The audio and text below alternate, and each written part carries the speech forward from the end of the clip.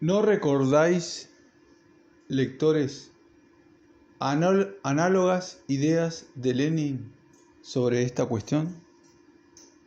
¿No recordáis la conocida posición de la mayoría? ¿Por qué el Comité de Tiflis y su socialdemócrata han ocultado la verdad? ¿Por qué el respetable crítico, entre comillas, al hablar de Kautsky, no reprodujo en su artículo estas palabras de Kautsky? ¿A quién engañan esos honorabilísimos señores? ¿Por qué mantienen una actitud tan despectiva hacia el lector? ¿No será porque temen la verdad? ¿Se esconden de la verdad y piensan que también la verdad puede ser escondida? Se parecen al ave que esconde la cabeza bajo el ala y se imagina que nadie la ve. Pero se equivocan. ¿Cómo se equivoca el ave? Si la conciencia socialista fue elaborada sobre una base científica, si esta conciencia es introducida gracias a los esfuerzos de la socialdemocracia en el movimiento obrero desde fuera, es evidente que todo esto ocurre porque la clase obrera, mientras sigue siendo clase obrera, no puede ponerse a la vanguardia de la ciencia y elaborar con sus propias fuerzas el socialismo científico, carece de tiempo y de medios para ello. He aquí lo que dice Kautsky en su programa de Erfurt. El proletario puede, en el mejor de los casos, asimilar parte de los conocimientos elaborados por la erudición burguesa y adaptarlos a sus fines y necesidades. Pero mientras siga siendo proletario, carece de tiempo libre y de medios para elaborar independientemente la ciencia más allá de los límites alcanzados por los pensadores burgueses.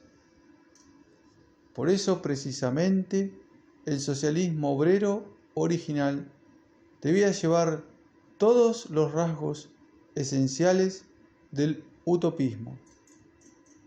Utopismo, teoría falsa, no científica. El socialismo utópico de este género adquiere con frecuencia un carácter anárquico, continúa Kautsky, pero, como es sabido, en todas partes donde el movimiento anarquista, comprendiendo por tal el utopismo proletario, Kautsky, ha calado verdaderamente en las masas y se ha convertido en un movimiento de clase, siempre, tarde o temprano, a pesar de su aparente radicalismo, ha terminado transformándose en el movimiento puramente gremial más estrecho. En otros términos, si el movimiento obrero no está unido al socialismo científico, se empequeñece, inevitablemente adquiere un carácter estrechamente gremial y por lo tanto se somete a la ideología trade unionista. Esto es humillar a los obreros. Esto es encumbrar a los intelectuales, claman nuestro crítico, entre comillas, y su socialdemócrata. Pobre crítico, lamentable socialdemócrata. Ellos consideran al proletariado como a una damisela caprichosa a la que no se puede decir la verdad y a la que siempre hay que dirigir cumplidos para que no salga corriendo. No, honorabilísimos señores, nosotros tenemos fe en que el proletariado manifestará más firmeza de lo que vosotros pensáis. Nosotros tenemos fe en que no se asustará de la verdad. Pero vosotros, ¿qué podemos deciros? También en este caso os habéis asustado de la verdad y en vuestro artículo no habéis transmitido al lector las auténticas ideas de Kautsky. Por lo tanto, el socialismo científico sin movimiento obrero son palabras vacías, siempre fáciles de echar al viento. Por otra parte, el movimiento obrero sin socialismo es un errar trade unionista que algún día, naturalmente, conducirá a la revolución social, pero a costa de largos sufrimientos y dolores. Conclusión: el movimiento obrero debe unirse con el socialismo. La socialdemocracia es la fusión del movimiento obrero con el socialismo. Así habla Kautsky, teórico del marxismo. Hemos visto que lo mismo dicen Iskra, la vieja, y la mayoría. Hemos visto que en la misma posición se mantiene el camarada Lenin. Así pues, la mayoría se mantiene firme en las posiciones marxistas.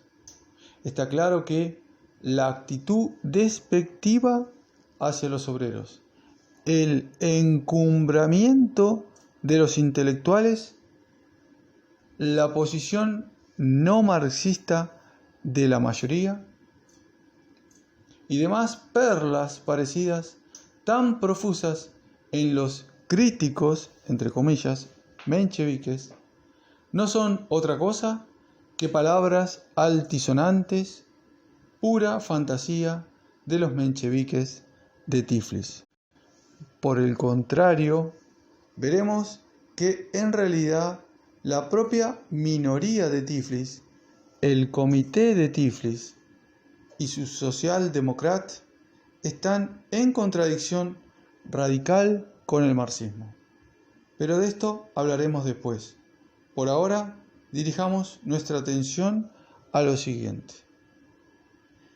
En confirmación de sus juicios, el autor del artículo Mayoría o Minoría aduce unas palabras de Marx. El teórico de una u otra clase llega teóricamente a la conclusión hacia la que la propia clase ha llegado ya en la práctica. Una de dos: o el autor no sabe el georgiano o es una errata del cajista. Ni una sola persona letrada dirá hacia lo que ha llegado ya. Lo correcto sería decir a la que ha llegado ya o hacia la que se dirige ya. Si el autor tiene en cuenta lo último, hacia la que se dirige ya, debo advertir que transmite erróneamente las palabras de Marx. Marx no dijo nada parecido. Y si el autor se refiere a la primera formulación, la frase transcrita por él adquirirá este giro. El teórico de una u otra clase llega teóricamente a la conclusión a la que ha llegado ya en la práctica la propia clase.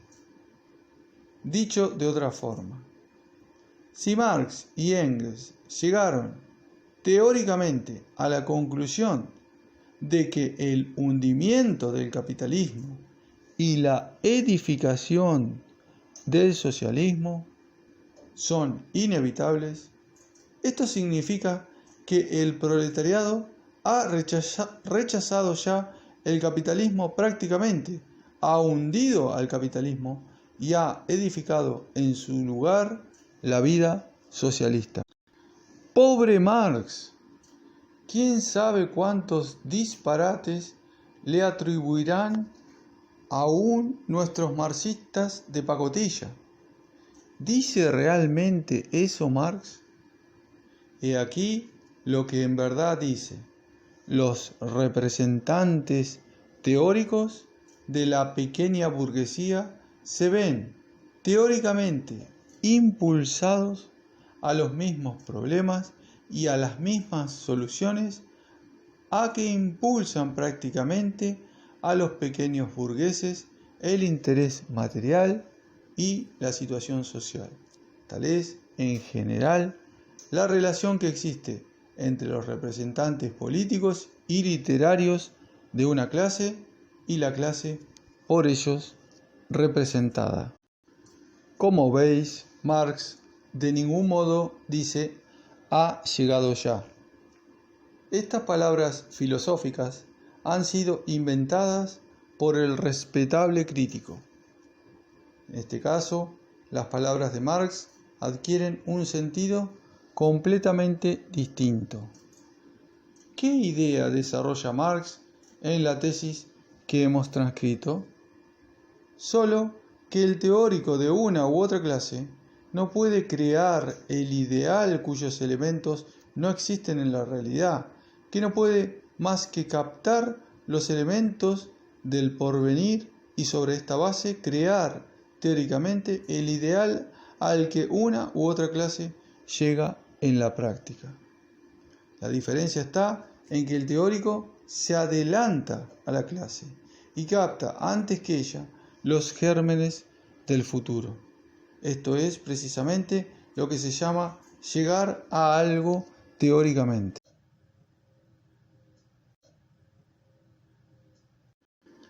He aquí lo que dicen Marx y Engels en su manifiesto.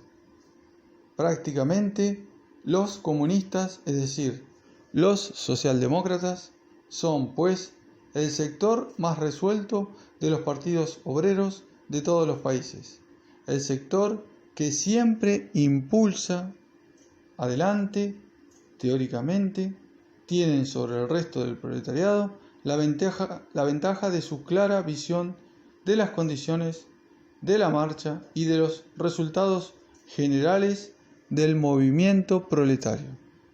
Sí, los ideólogos impulsan adelante, ven mucho más allá que el resto del proletariado y en ello está todo el quid. Los ideólogos impulsan adelante y precisamente por ello la idea, la conciencia socialista tiene gran importancia para el movimiento. Por eso, precisamente ataca usted a la mayoría, honorable crítico.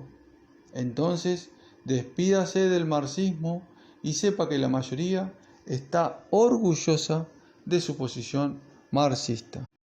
La situación de la mayoría, en el caso presente, recuerda mucho la situación de Engels en los años del 90. La idea es la fuente de la vida social, afirmaban los idealistas. A su juicio, la conciencia social es el fundamento sobre el que se construye la vida de la sociedad. Por eso se les llamaba idealistas. Era preciso demostrar que las ideas no caen del cielo, que son originadas por la vida misma. En la palestra de la historia aparecieron Marx y Engels, que cumplieron a maravilla este papel. Demostraron que la vida social es la fuente de las ideas, por lo que la vida de la sociedad es el fundamento sobre el que está edificada la conciencia social. Así cavaron la fosa al idealismo y desbrozaron el camino al materialismo. Algunos semi-marxistas lo comprendieron en el sentido de que la conciencia, las ideas tienen en la vida una importancia insignificante. Era preciso demostrar la gran importancia de las ideas. Entonces intervino Engels y en sus cartas 1891-1894 subrayó que las ideas ciertamente no caen del cielo, sino que son engendradas por la propia vida, pero una vez surgidas adquieren gran importancia, unen a los hombres, los organizan e imponen su sello a la vida social que las ha engendrado. Las ideas tienen gran importancia en el movimiento histórico.